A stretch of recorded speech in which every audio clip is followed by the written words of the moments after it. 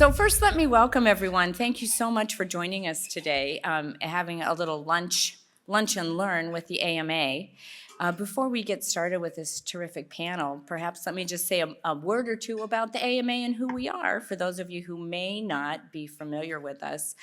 You know, we are the physician's powerful ally, and we really speak for all physicians with a unified voice. We have programs and activities that are far-reaching, they're broad. You probably know of some of them, but they really are focused in three areas: reducing burden for physicians, and by that, patients, really supporting the lifelong learning process, and then also confronting public health crises.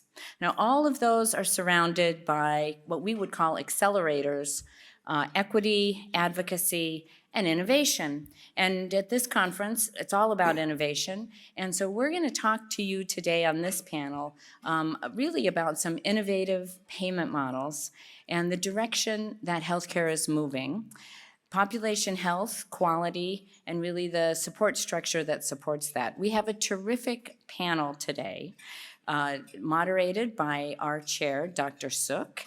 And then he'll be speaking with Dr. Little, Dr. Parodi, and Jared Augenstein. And each of them are going to go ahead and introduce themselves, kind of tell you who they are, how what their intersection with value-based care is, and then I think we'll have a lively discussion. So with that, I'll turn it over to you, Dr. Sook. Great, Lori, thank you so much for having us, and welcome everybody to this great panel, and thank you for joining us. As the chair of the American Medical Association Board of Trustees, you know, this is the type of event that we love to come to meet people all over the country from different health sectors, to kind of share what we do, not only in the AMA, but also to really ask some of the tough questions and really get into some of the details about the way we approach and the way we're involved in value-based care, population health, and certainly quality management. So I'm a practicing orthopedic surgeon. I work at Kaiser Health System in Pennsylvania, where I have a number of different roles, including a hospital-sided supply chain CMO role, as well as being chair of the Musculoskeletal Institute there. And I'm also, as I mentioned, chair of the AMA Board of Trustees. And so we have a great panel today to talk about some of the issues that are facing the future of health, particularly at the intersection of digital health and what we're doing in value-based care. And so with that, I'll turn it over to my panel one by one, and I'll ask them to introduce themselves briefly so you can get to know them as well. I'll start with Virna. Hi, good afternoon. I'm Virna Little. I'm co-chair for Concert Health, and we're a behavioral health medical group. I'm glad to be here. And good afternoon, everybody. Steve Parodi. I'm an infectious disease physician, practice at Kaiser Permanente, and Executive Vice President for External Affairs, Communications, and Brand for the national organization. And for those of you who aren't familiar with Kaiser Permanente, we take care of about 12.5 million patients in 8 states and the District of Columbia. And we're sort of the traditional integrated care and coverage model, where we have a health plan, hospital system, and then a group of clinicians that all practice there. About all told, 24,000 physicians that practice at Kaiser Permanente. Hi, everyone. Great to be with you all today. My name is Jared Augenstein. I'm a Senior Managing Director with Manatt Health. Manatt's an integrated strategy consulting, policy, and law firm. And we've had the privilege of working with the AMA over the past few years, including some research that I'm excited to talk about today. That's great. Thanks, guys. How many people have heard of Kaiser Permanente? Yeah, of course. If you've been reading the news too, you know that myself working at Geisinger and Stephen at Kaiser, we know that we're distant cousins coming closer and closer together, as you may have read. So Steve, I want to start with a big question for you, and this is really a question for the whole panel, but I'll start with you first. You know, we know that in the world of value-based care, that digital technologies are playing an increasingly important role, and this conference is really, I think, heavily focused on some of those things. At Kaiser, why don't you share with the audience kind of how digital tools, digital health, what's the strategic approach to bringing in these types of technologies into the work you're doing on value-based care? Yeah, so digital health is critical and important, not for the future, it's actually here and now. So over the last really several years, I mean, talk about a decade's worth of work, but it's certainly accelerated during the pandemic. the need for having digital tools, e-visits, the ability to do asynchronous and synchronous care, and having teams that are actually more specialized in virtual care has become critical. And just to give you sort of a high-level example, and when you think about primary care, and I'm speaking a little out of turn here because I've got a behavioral health specialist right next to me, but when you start talking about virtual behavioral health care, in order to have adequate access to care, we know we don't have enough clinicians to do all of the in-person and virtual care together. So we now are actually employing virtualists, is what we're calling them. And the virtualists are working not necessarily in the same state where the patient's necessarily located, where they're providing that care digitally. Patients can access the care either through a web portal or directly with a clinician on demand. And we've had to think about how to staff that up. You have to have the tech in there, and then you have to have the virtualists connected to those clinicians that are seeing people on the ground. And so you have to have those IT systems in place from an electronic health record. So all critical to being successful today. Yeah, it's a great new term, virtualist. Can't wait to see my next virtualist. Yeah. Sorry, Mike. No, it's okay. But you had kind of segued a little bit, I think, into behavioral health. And Virna, I want to maybe turn to you. In the world that you do, I think behavioral health certainly has been the first adopter of lots of digital technologies, certainly in telehealth. Tell us a little bit about your world and how you're adopting these technologies. Yeah, so Concert Health is a behavioral health medical group. We're in 20 states now, and we essentially bring the collaborative care model, which is an evidence-based model to identify and treat individuals with behavioral health conditions. Started actually in the early 2000s with Kaiser, and has grown over the years. And I actually think now really is measurement-based behavioral health care. And the nice thing about the collaborative care model is that in 2017, we got some dedicated CPT codes for a month of care. And what that really did was allow us to figure out best practices. How do we actually provide an episode of care? What does that look like remotely? And we've done a lot of learning that I think is going to carry forward to really value-based episodic behavioral health care around patients actually prefer telephone. They actually prefer multiple contacts in a week instead of one. They actually really enjoy using some of the virtual models in between talking to someone. And so I think we're really excited to continue to develop some of that technology along with the model and really bring population health approaches, to organizations for their behavioral health. Thanks, Virna. Jared, what's from your research and some of the things that you're doing at Manatt, tell us about the marketplace. What are you seeing in the environment? And then we'll go a little bit more into your specific research. Yeah, well, I mean, it's hard sort of not to be excited. You walk the show floor above, you see some of the amazing technology that exists today. Maybe to provide a little bit of a reality check on where we're at in terms of the transition to value-based care. 90% of payments in the healthcare system still flow through a fee-for-service chassis. 10% flow through a value-based payment chassis. And that varies a little bit depending on the payer. In the Medicare Advantage market, about 25% of payments flow through a value-based payment chassis. In the Medicaid market, it's only 6%. In the commercial market, it's actually only 4%.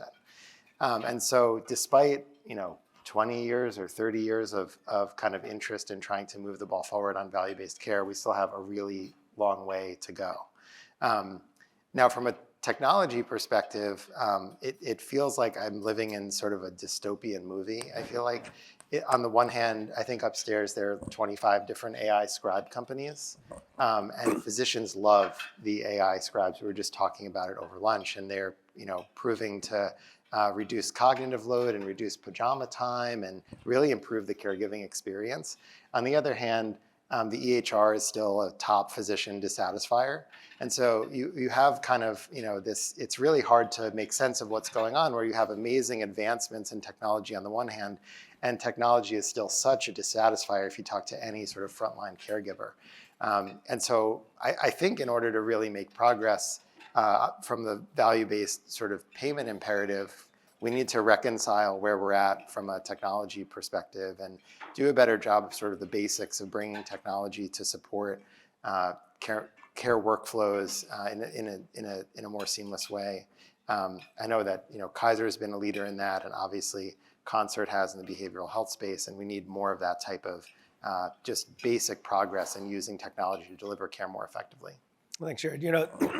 Some of the work and the research you've done has been very helpful, not just to organizations, but really on a national scale to help us understand, our different approaches to value-based care. I'm going to switch gears a little bit and ask for some of your thoughts around the CPT code sets that have recently been reviewed. And I guess the question is, for those of you who are not familiar with CPT, it really is the Rosetta Stone on how everybody essentially speaks to each other on procedures and how medical procedures are performed, and they're also identified, and so they're tracked. We partner with you as an AMA and Manatt to really study how these code sets can accelerate the pace of value-based care. Maybe you can share some of the research that you found on that. Yeah, so we started this research last year, and the AMA had been hearing really different points of view on how CPT supports or doesn't support value-based care. There was sort of this narrative around there that CPT is a fee-for-service construct, and the AMA wanted to understand that and research it. And so we went and we spoke with dozens of experts from delivery systems, insurance companies, health technology companies, to really understand sort of what are the ways in which CPT is supporting value-based care delivery, and what are the ways in which it needs to continue to evolve. And so what we learned is there's three sort of fundamental ways in which CPT is supporting value-based care delivery. The first is that it supports population health and quality management by driving identification of patients who need targeted clinical interventions and supporting payer quality improvement efforts. The second is that it supports cost management by supporting spend benchmarking, risk adjustment, and budgeting, enabling identification of high-cost events and high-cost patient cohorts, and enabling provider network management. And the third is that it actually supports alternative payment model contracting directly by serving as the foundation for patient attribution, enabling innovative care delivery bundles, which Virna talked about. Concert is using one of those, and facilitating contracting between providers and payers. And you sort of hear all of that. And what became really clear is that CPT is sort of this interoperability layer for care delivery in any payment construct, and in particular sort of a value-based payment construct.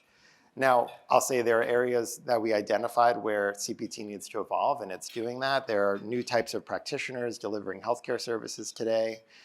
There are new types of care delivery models with bundled services codes, and there's new types of healthcare services that are being delivered, and CPT is actively working on sort of figuring out ways to continue to evolve the code set to meet the evolving needs of the healthcare delivery system. That's great. Fascinating. And I think it is an evolution of kind of CPT from that mindset of kind of purely procedural payment for specifics to maybe a longitudinal, more episodic or more condition-based process. And so, Stephen, this dovetails a little bit with the question I want to ask you. I think many of us recognize that what happens at Kaiser is a fairly unique model within the United States. And couple that with the information that Jared said, that 90% of our care is in a fee-for-service chassis. When we merge some of these digital technologies, one of the criticisms I know KP gets, Kaiser gets, is that's all great, well and good for a model like that.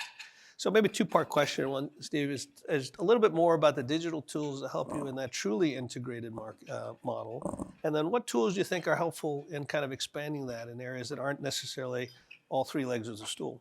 Well, I think Jared's getting at, which is really important here, is trying to crack the code when it comes to value-based care. So, when I think about value-based care, and Jared called it out, you have to have aligned incentives around quality, an agreement on what the benchmarks are for that quality. You got to have agreement on who you're responsible for, either from a health plan perspective or a group perspective in terms of physician group perspective. And then you actually have to agree on the shared data. The last thing you need to have, and I'm just speaking at a very high level, is that you got to have agreement that you're not just working on one episode basis, that you're taking an entire bundle of whatever it is in terms of care. And you're an orthopedic surgeon, so it's the sum total of what it takes to take care of an ankle problem. And maybe that requires surgery, maybe it doesn't, but there's going to be a shared responsibility by that plan and the medical group to do so. The only way you can do that is having the financial incentives aligned, which means that the CPT codes got to be agreed upon in terms of what that actually covers. And the only way you can do that is to actually get the right groups in the room. And by the way, that's not just the payers and the medical groups. It also is, the government, CMS. And so that's actually the opportunity that we have here, is to actually have that level of agreement and to force some of that function so that, and by the way, Kaiser Permanente cares about this. Okay, so if you've met one Kaiser Permanente region, you have met one Kaiser Permanente region. For example, our Washington operation, state of Washington, half of our care is provided by network providers. Mm-hmm. So actually, we do care about whether or not we've got alignment with those outside specialists that are not in network. And the only way you can do that is alignment around the CPT coding. So we have very much a stake in this. So it's not just a fee-for-service thing. Mm-hmm. It's all of us. Yeah. And I would imagine you have a point of view on that. Well, I do. Both as an orthopedic surgeon and as somebody who works at Kaiser, I think that the evolution of what we do in terms of how we describe what we do, from a very specific episode or a specific procedure, to thinking more broadly as to what that applies in a longitudinal sense, I think that's the evolution that we all are probably in the room curious about. And Virna, it's a good segue to you, because you've actually explored this, I think, expanding the notion of, CPT as applied to one thing to CPT applied to the whole condition. So why don't you talk about a little bit of that? Yeah, I really do feel like the collaborative care codes were transformative for behavioral health. They're primary care codes, but for the first time, it really allowed us to think about that monthly case rate and about populations. And we've been really able to broaden it and to broaden the conversations around measurement-based care so that we can actually align on what some of the outcomes are that we would be looking for, which in the behavioral health space, I'm really sad to say, we actually are way behind where I would hope we would be in terms of really thinking about outcomes or measurement-based care. And so now what I think is really, or what we're trying to do, is take conditions like suicide, bipolar, PTSD, really apply the collaborative care code so that we can understand what good outcome measures work. How do we really manage populations? And then I think really use that work to sort of advise and advance this work going forward, and really thinking about true population-based quality, value-based care in behavioral health that sits alongside a team and in systems such as Kaiser. Just as a follow-up to that, Virna, collaborative care codes you mentioned, they've been around for a decade, but we haven't been using them very well. What do you think are some of the barriers, or maybe start with describing to us kind of what a collaborative care code is, if those of you are not familiar, and then in your work, what's been the challenge from a payment side to try to figure this thing out? Yeah. So the collaborative care codes, there's essentially 3 of them: monthly case rate. And collaborative care, the evidence-based model, adds a behavioral health provider to a primary care, women's health, pediatric team to really work with the patient, manage the symptoms using an evidence-based tool such as the PHQ-9 for depression, the PCL for trauma, GAD for anxiety, Vanderbilt for ADHD, to really measure symptoms over time and really look for the reduction in symptoms. And the second person that gets added to the team is a psychiatric consultant. And this individual doesn't prescribe meds. They don't see the patients directly. They meet with that behavioral health provider, talk about people who aren't getting better, who are getting worse, and make recommendations to that primary provider. And so that is a wonderful model that's been shown over the years to be incredibly effective. The CPT codes came in 2017, and that was incredibly helpful. However, we are still working with states to adopt those codes on the Medicaid fee schedule. We are at 34 states. We are soon to be 35, hopefully. I don't even want to say what state out loud because I don't want to jinx anything. But 34 states, and part of the problem is that some of the states didn't even match Medicare rates. And so when you're talking about adding those individuals, tracking outcomes with the registry, it really doesn't support adoption if the codes are paid well below the Medicare rates in some states like New Hampshire, Pennsylvania, and also in some states where they've left out federally qualified health centers. And so that's been really the barrier to adoption. But we've actually shown that it can be sustainable if you have the right rates and good implementation support. Well, it's hopeful information. Jared, I'm going to switch to you a little bit. You mentioned the research that we've done together in evaluating the utility of the CPT, but ultimately, if we're going to evolve the code set, right, we need to be able to use the, to be able to reach out to folks to get sufficient evidence to help us continue to evolve what we're doing in the delivery. Tell us, why don't you share with us how the CPT, as an encyclopedia of things, has helped you do research in the area to help drive value-based outcomes or value-based care? You know, it's sort of, just to put it simply, I mean, you need to know what was done, right? In order to then be able to also look at outcomes at the patient level and tie back the outcomes to what intervention was provided. There's no other way to do it other than CPT codes. And so it's sort of fundamental to any, quality improvement effort. And it's fundamental in this room to understanding which technologies work and which technologies don't work. There's a lot of technology in the healthcare space that hasn't really delivered on its potential. And I think that one of the things that we're seeing more and more is, we want to see more of, there's been more, we want to see yet more, is sort of high quality evidence generation of different tech-enabled services interventions, like the ones that, Concert delivers and many of the ones that Kaiser delivers as a system. But we're in a conference, filled with, there's 8,000 people here. Many folks work at tech-enabled services companies, many of which don't have any evidence of their kind of, that their intervention delivers clinically and delivers financially.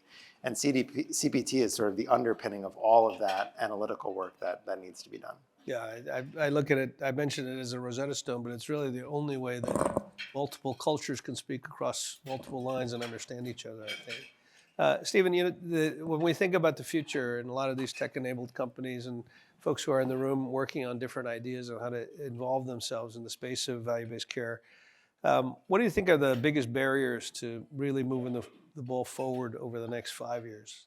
Let's say that we're aiming to take a quantum leap. You had mentioned a series of things that need to come into alignment, but what are some of the other barriers that you think are relevant here? So, I was interested listening to some presentation that was happening on the rock and roll stage earlier. Okay. And they were talking about, are physicians, clinicians willing to adopt this stuff? And, to be honest with you, the solutions have to actually make the lives of the patients, the clinicians actually better. It can't be an add-on. It can't be a redo of what happened with the electronic health record and the implementation of that. And so I think I've seen glimpses of what that looks like, right? So the introduction of ambient AI as scribe, and we were talking about that earlier, as opposed to what we had to do with the electronic health record, which was, I just will not go through all the change management that occurred with that. We introduced an ambient product at Kaiser Permanente. It took us 1 month to roll it out to the entire system across the country. We have more than half of the clinicians actively using it every day, and another quarter that are using it, some of the time when it suits them, and about a quarter have not fully adopted. And if you think about that, that is massive. Why? And we gave, by the way, we gave them one tear sheet on how to use the ambient product and said, go on the app and learn about the rest of it yourself. I mean, I'm oversimplifying that. My IT person would say we did a better job than that. But that's, I mean, to get that amount of widespread adoption, it shows you that it actually improved the clinical lives and the workflows. So my plea to you, as technology experts, is that you work with the clinicians to have designed a product that actually makes sense and improves workflows. And that means you have to actually understand the clinical conditions that you're trying to address, and how that, from a time perspective or workflow perspective, it's going to be better. Yeah, to me, and similarly, Stephen, at our system, we rolled out the same ambient technology, and we had an unbelievably rapid adoption, similar to the single tear sheet. Oh my God, this is the greatest thing since sliced bread. To me, it seems like, though, you have to match the technology with a sense of frustration of the old way, right? And in combination, that's where you get this magic moment that happens. If people are incredibly frustrated with an element to the way they deliver care, and the technology comes along to actually make it easier and easier to adopt, that's where I think we get that type of home run. What do you think? Yeah, if you mind, I'm going to give you another example. Yep. And this is generative AI that we've introduced into our clinical practice, where you really have to be thoughtful about the potential, good and change that has to occur. So we have basically an AI that can detect clinical deterioration in a patient. And I'm going to stick with the hospital for a second. And so that's great. Okay, so I can tell, 24 hours before somebody deteriorates that they're going to be at risk for having a code blue. So you would think, roll that out, right? Simple. Well, what does a team do with that information when they get it? Okay, what does a team do when you walk into a patient room and say, good news, I just got an alert, you're likely to die in the next 24 hours. Okay, so how do you have that conversation? I'm being a little glib, but we literally had to sit down and think that through. Well, what ended up happening is we actually had to transform some of our code blue teams into teams that could actually go and have a conversation with the patient about palliative care or hospice care. In addition to saying, okay, maybe your goals of care are to be transferred to the ICU, and we'll do that too. But we had to retrain the teams to be able to do that. Now, it actually works well. It actually has reduced mortality. It's reduced up transfers to the ICU. But we had to completely change the way people and their mindset was. And if we had not done that, you can imagine it would have failed. Yeah, it's amazing.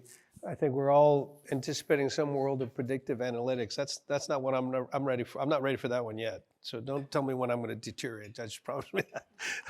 Virna, I'm going to go back to that question about looking at barriers over the next 5 years. If you're looking at digital tools, digital technology in the horizon, what barriers do we need to get rid of to accelerate the pace of change? I think some is honestly working with the behavioral health providers. I think, particularly community behavioral health has not had the kind of exposure to the electronic records, to some of the other technology.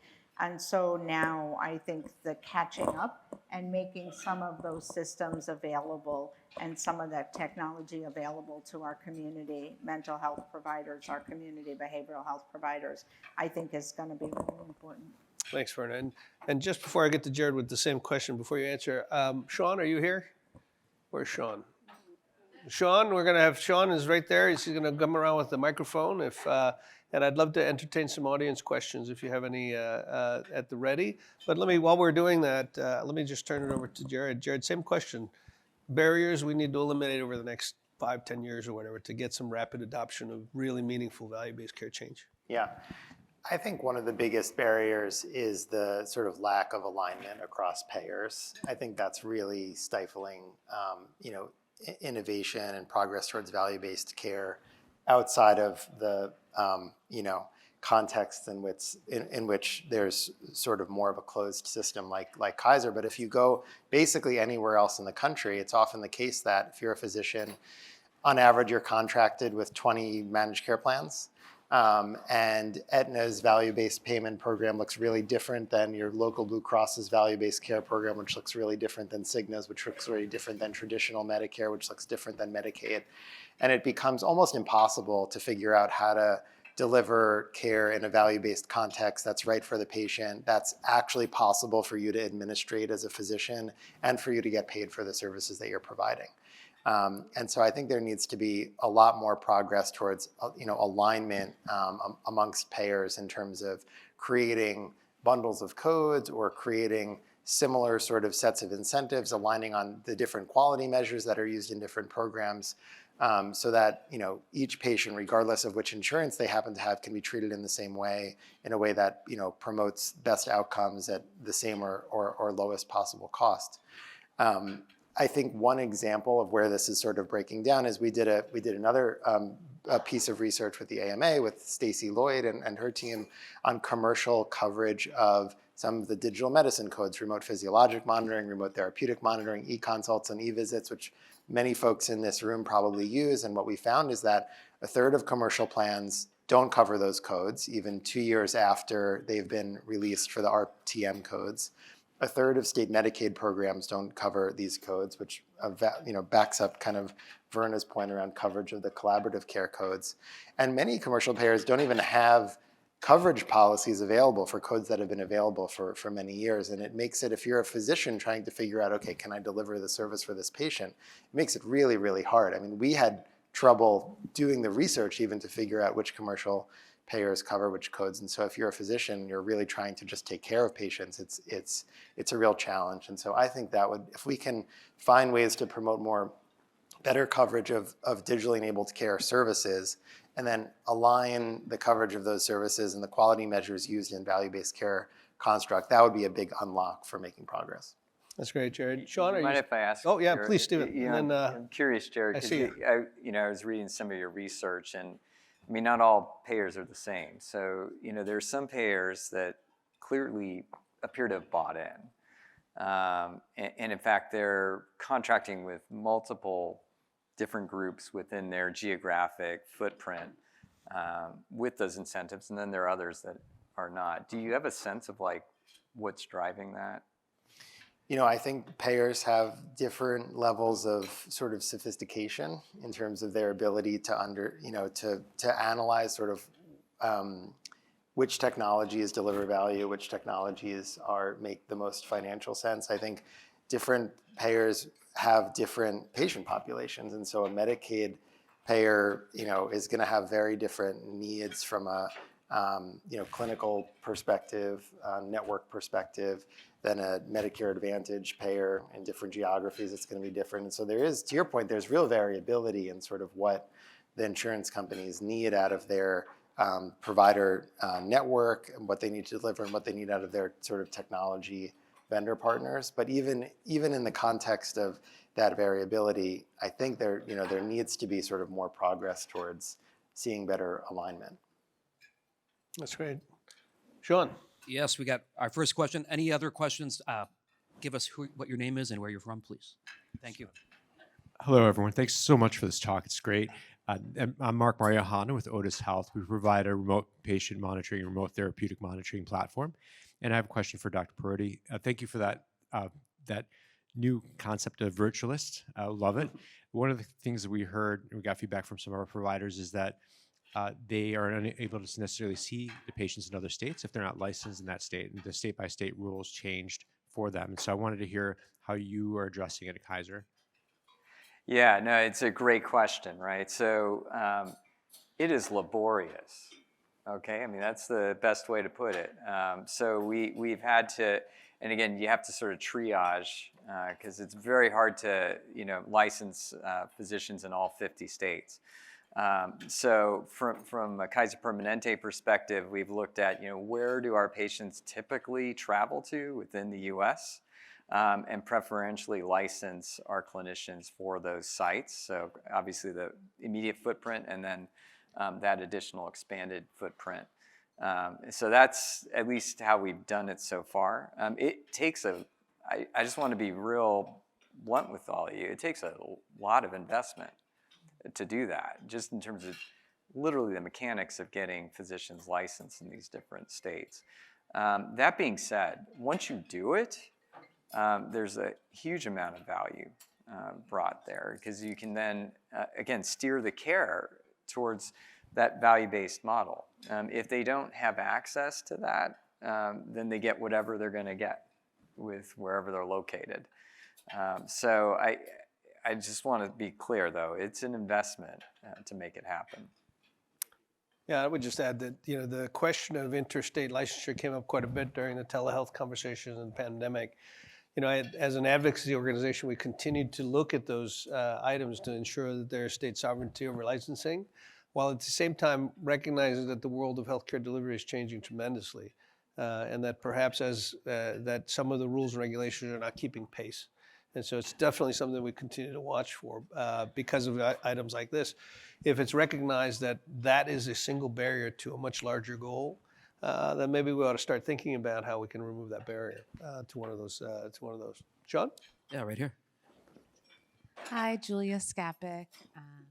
I'm with HL7 International, and I'm curious as to what you think the role of increasing access to APIs will be in regards to the integration of patient participation in value-based care, and also how we keep that from being a barrier to access and equity in patients who can't or don't traditionally engage in that way. Okay. Let me open that up to you guys. You understand? Do we get the question? When you talk about APIs, you're talking about the interfaces between different levels of hardware and software to existing systems such as our EHRs, and et cetera, et cetera. And I think if I'm interpreting your question right, that linking APIs to that is somewhat difficult. Is that what you're sharing?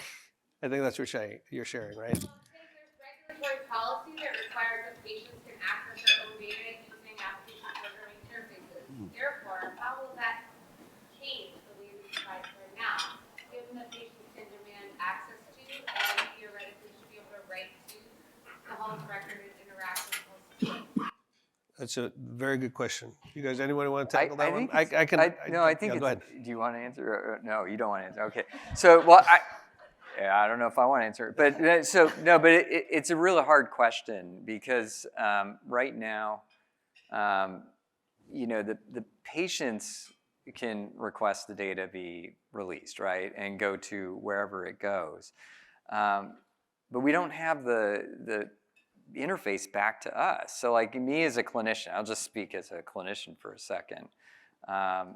Somebody may be downloading their information onto Apple Health, and then they're getting some information or advice from some other either app or clinician, who knows? And then I don't know unless I ask, or the patient volunteers it. So I think what you're raising, at least, and I'm just giving you this is Steve in our Kaiser Permanente opinion, is that I worry about that creating increased fragmentation. And by the way, that's not a new problem.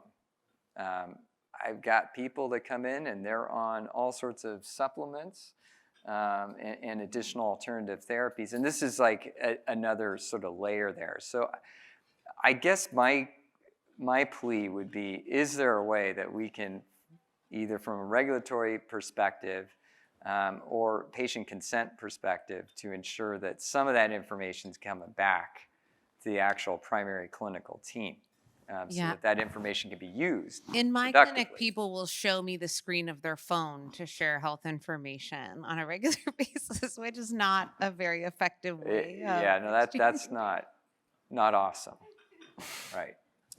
Jared, Virna? Okay, next question. Thank you for that question. Gentleman right here. Hi, Sam Gonzalez. I'm with Nuco Credentialing. We're a provider-centric model to facilitate credentialing for providers. My question's around IoT, and I don't know if y'all are familiar with IoT, Internet of Things and wearables. How does that play into value-based care to ensure that the patient's compliant? Because the doctors can do everything that they need to do to be able to provide the best care. They can put prescriptions, but it's really it's up to the patient to be able to execute on lifestyle changes or what have you. So have you thought about how that could positively impact IoT and wearables to value-based care? Sure, great question. Jared?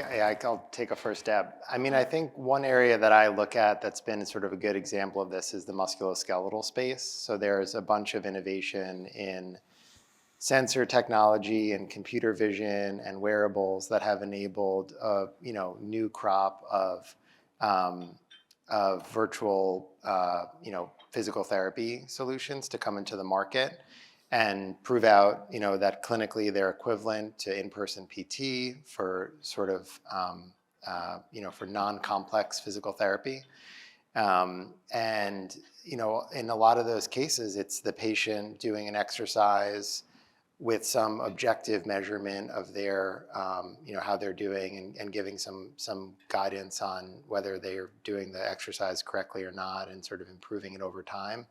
And so I think that's one area where there's been more progress. I think there's, a lot of other examples in cardiology and behavioral health. I'm sure Virna can sort of talk about that. But I think there's a lot of potential. We have a major workforce issue, clinical workforce issue in this country. There are not enough of almost any type of clinician for the projected patient demand. And so we need to find ways of enabling technology to sort of lift that burden. And so I'm optimistic that there's potential. And many of a few of the companies that I'm thinking of that have this sort of virtual physical therapy model are paid in a sort of bundle-based, value-based payment context, which lends itself well, if you have a mix of human and technology providing the care. Yeah, I'll just piggyback off of that in the musculoskeletal space. You've probably all seen, and certainly they're here, the rapid growth of the virtual assistant when it comes to therapy. The promise there is that on a couple different fronts is if you can intervene on a condition prior to it becoming exacerbated to the point where they need a surgical intervention, then that is a form of intervention that can have great value, increase the effectiveness of the care. I think it's still relatively in its infancy. I think there are different versions of this. Some people still demand and want to have a live therapist rather than a series of avatars and videos. They want to be connected back to their physicians, their surgeons potentially. And then at the end of the day, when we talk about aligning incentives, that's another area that continues to grow, right? So if we are taking, let's say as an orthopedic surgeon, again, I'll take off all hats and I'll just be the orthopedic clinician. In the world that we live in today, I love to do surgery, and I get paid based on the amount of surgery that I do. My adoption of Internet of Things or things that will prevent me from doing surgery is not really going to be that exciting for me. But at the end of the day, and this is when we talk about alignment of incentives, if it really is part of our goal to be able to, what I call, capture from twinge to hinge, right? At the moment of twinge, in order to prevent the hinge, then I need to be somewhat incentivized not to do the hinge. And that's where I think overall what we're talking about in terms of ecosystem views of value-based care become very important. And so, that layer of discussion of how we go from systems that are somewhat integrated that have common values or at least common incentives, how do we then expand that out into more disparate areas like networks and physicians and other clinicians from different systems, or even, as others have mentioned, across state lines? Where that can become an issue. But I definitely think the IoT issue is really in its infancy. MSK, very easy. Put a sensor on somebody. How many steps did you walk? Well, that's great, right? How we get into more difficult areas, cardiology maybe. I think this watch, I haven't used it, but I think this watch tells me what my EKG does. I paid a lot of money for that option. I've never used it. But maybe I'm afraid to see what it says. But I think, but as you look at those elements as they come into play, it definitely plays a role, right, in the development of our future vision for what value-based care will look like. And right here, please. Sean. I mean, one other thing I'll just add on, Sean. because I agree with Jared and what he was saying. I think the one plea here from my perspective is that we are sorting through what IoT is actually sending back to the clinical staff. And that probably is going to require some form of AI to do that. So to sort through the noise or the chaff, if you will, so that the signals that are coming back are meaningful and impactful. And that, again, that the interface between that clinical team, and I use clinical team actually in a broad sense of the word, right? So, Virna, you were talking about the nature of what a mental behavioral health team now is much broader. So it's not just the physicians and the nurses, it's the social worker, it's the case managers, to be able to give you the input to say, yeah, this is actually meaningful, or no, please don't send me the 18th EKG that the Apple Watch sent, because it's not going to be helpful. And so I think that's going to be critically important going forward. Yeah, one last comment, Sean, we'll get to the next question, is, for the audience, as sitting up here as clinicians, I will share with you some information that might be helpful as you think about your role in the future and physician adoption. So we do surveys of physicians, particularly with relation to their perception and enthusiasm for AI. In our most recent survey, we see that the enthusiasm is increasing, although it's still relatively low. About 35 to 36% of physicians in America today say that they're really excited about AI, right?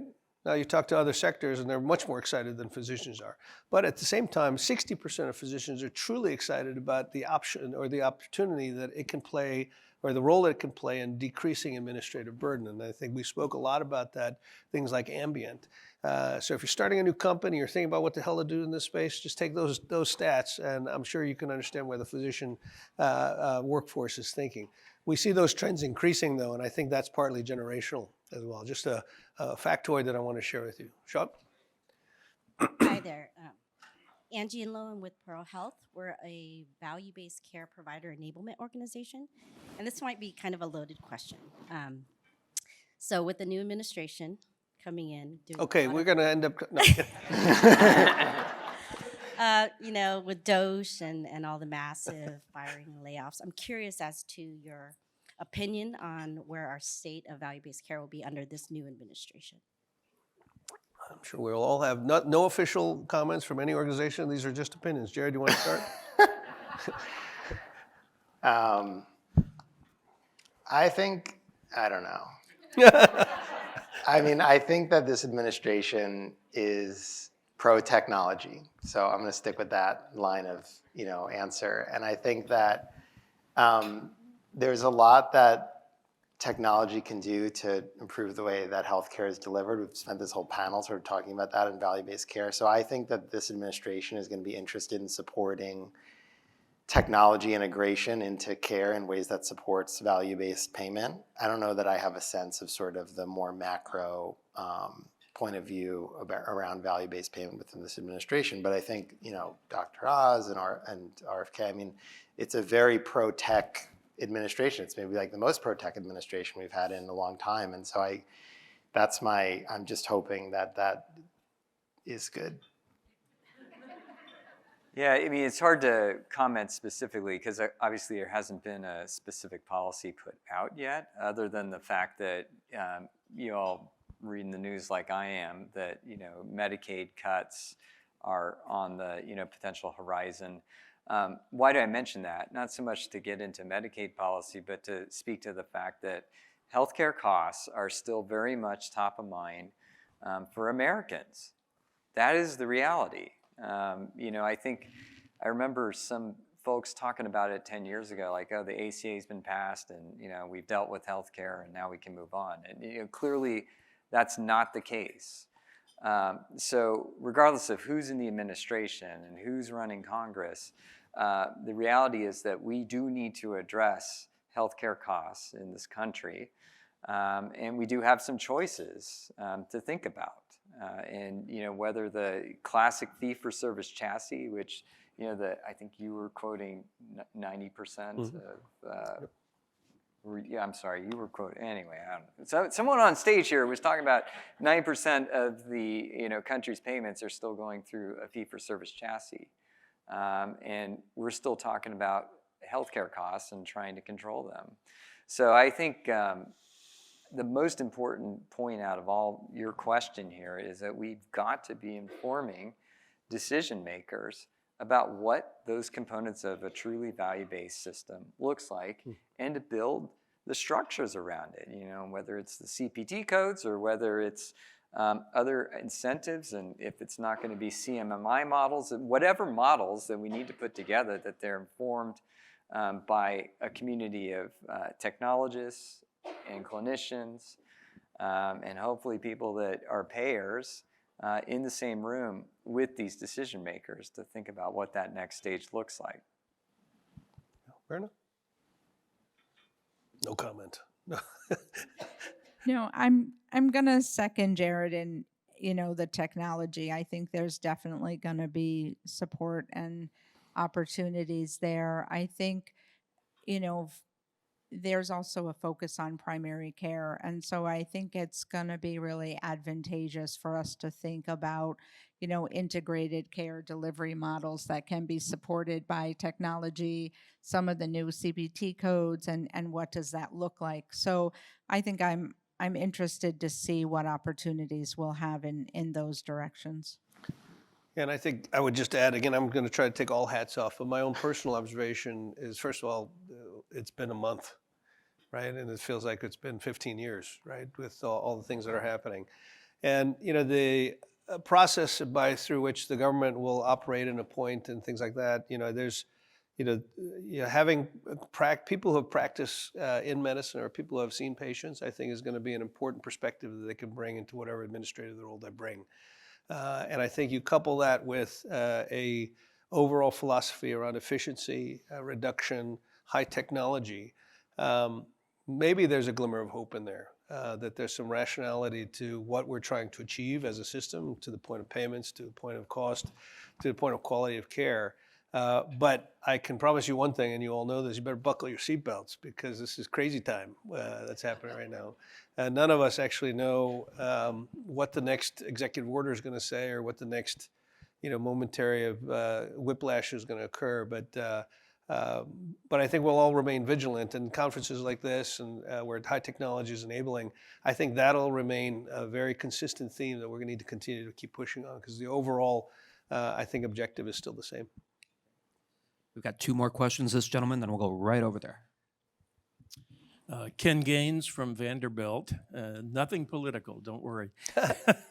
I'd be interested in your thoughts on how to move value-based care in complex and chronic illnesses like MI, stroke, cancer, that are both acute and chronic, that involve multiple providers that are hospital and outpatient based.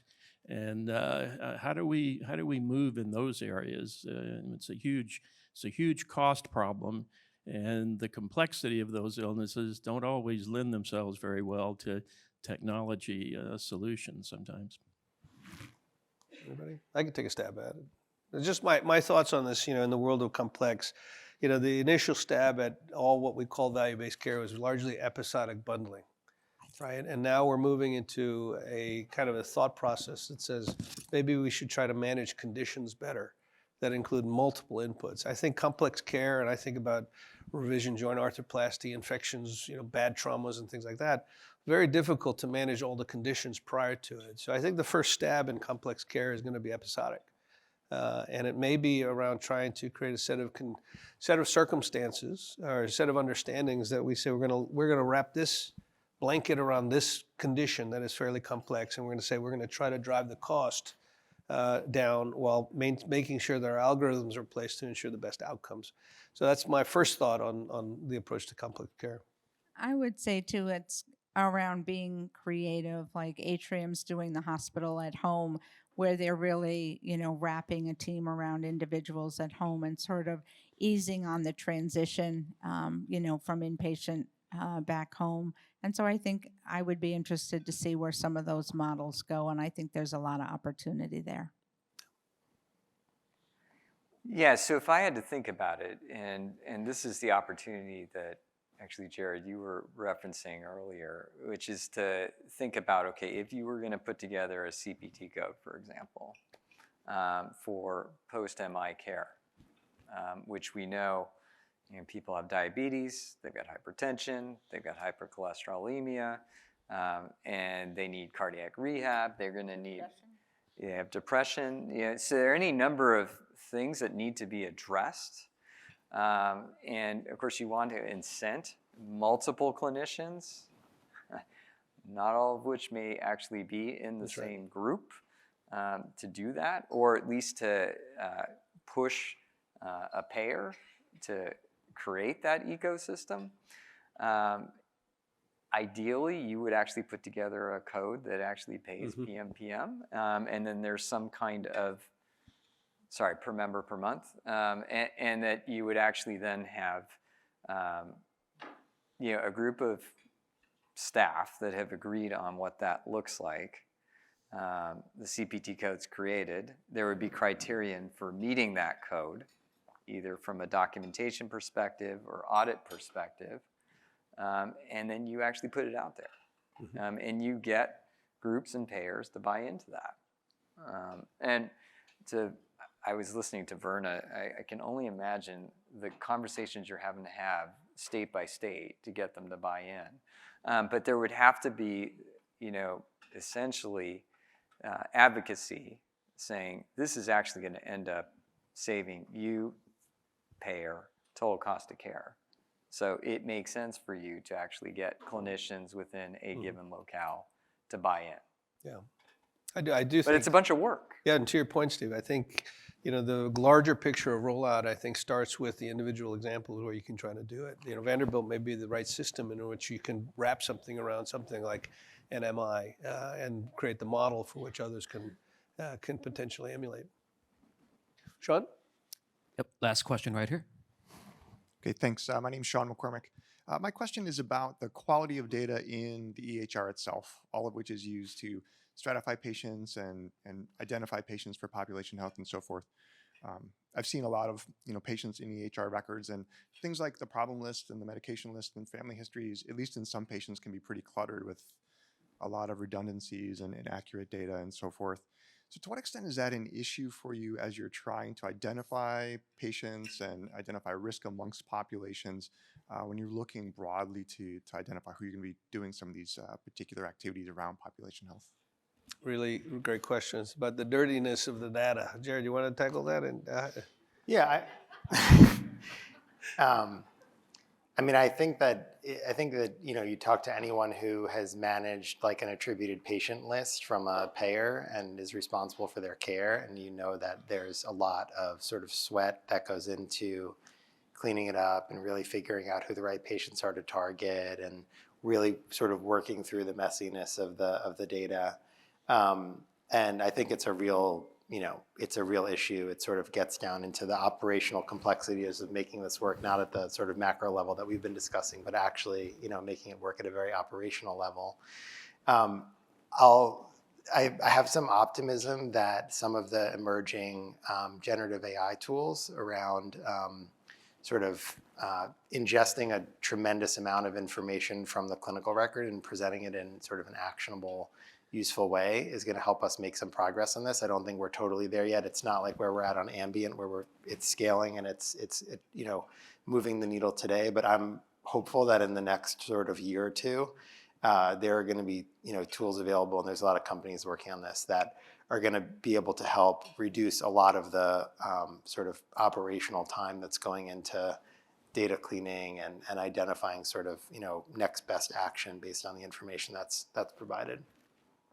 No, I agree. And I think the ambient story actually gives you a little bit of an insight into what that begins to look like. Because now, an ambient's listening to an encounter, and then it's actually suggesting what to document, right?